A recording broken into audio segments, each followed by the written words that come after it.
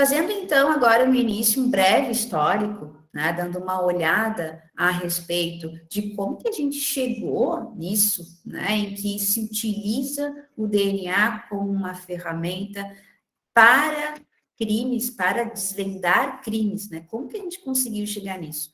Não foi tão simples assim, né?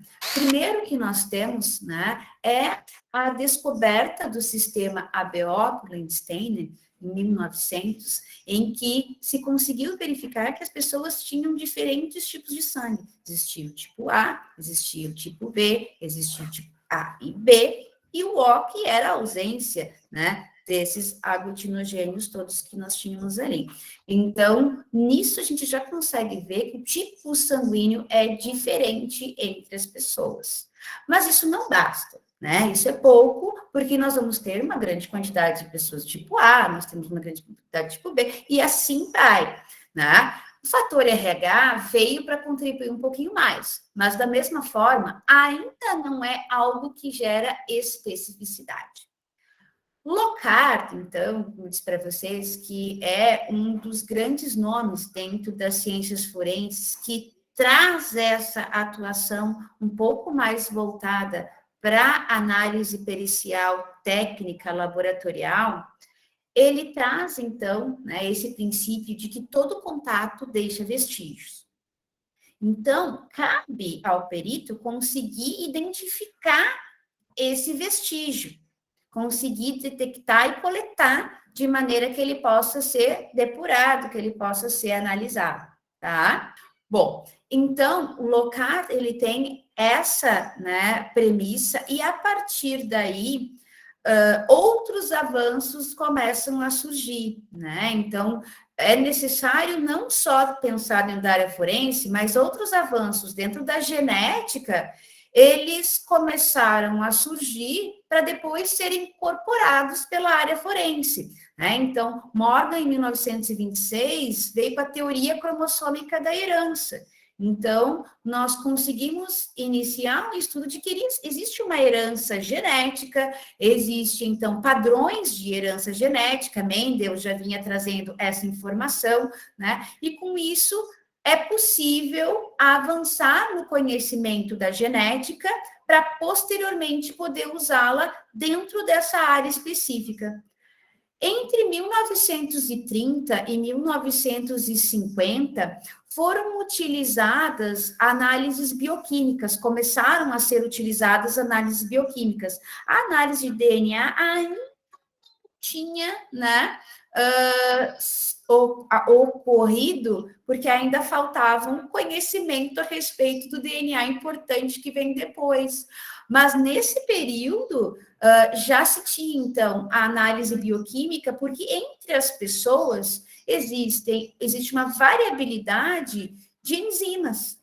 Então, essa variabilidade enzimática era possível de ser analisada para que se pudesse também utilizar essa ferramenta na análise forense, tá? Então, isoenzimas, grupos sorológicos também, como transferrina, actoglobina, eram utilizadas e ainda são utilizadas, muitas delas, tá? Para testes preliminares, para que se possa poupar, digamos assim, da análise de DNA, já que a análise de DNA é uma última instância dentro desses processos. Então, elas não foram deixadas de lado, né? Mas a análise de DNA, ela foi, né, incorporada posteriormente, pela importância que ela tem, ela acabou tomando um grande espaço, tá?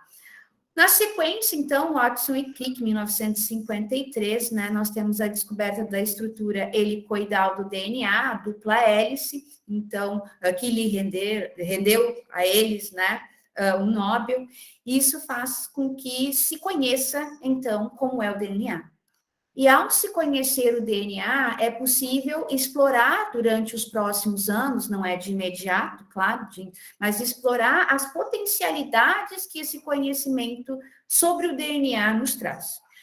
Na década de 80, então, claro, a ciência avança, mas ela não avança tão rápido como nós gostaríamos, né? Pulamos para a década de 80, onde aí sim White tinha o primeiro marcador polimórfico, que ainda é um marcador, né? Depois nós vamos ver bem o que significa polimorfismo, mas só para tentar trazer esse termo para quem não conhece ainda, né? Regiões polimórficas, polimorfismo, muitas formas, são regiões hipervariáveis que nós temos no nosso genoma. Então, são regiões que variam bastante de indivíduo para indivíduo. Não se preocupem que a gente vai chegar lá para quem não conhece essa terminologia, tá? Nós vamos chegar nesse conhecimento. Mas aqui nós já tivemos um primeiro marcador.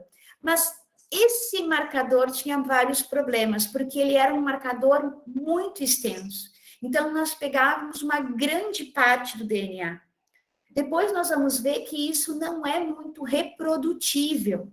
Então, tem o mérito de ser um primeiro marcador, ou seja, de gerar a ideia de que estas regiões hipervariáveis, essas regiões polimórficas, podem ser um achado, podem ser uma forma de conseguir distinguir as pessoas, mas ainda tínhamos muito caminho, temos ainda muito caminhos para chegar até agora, tá?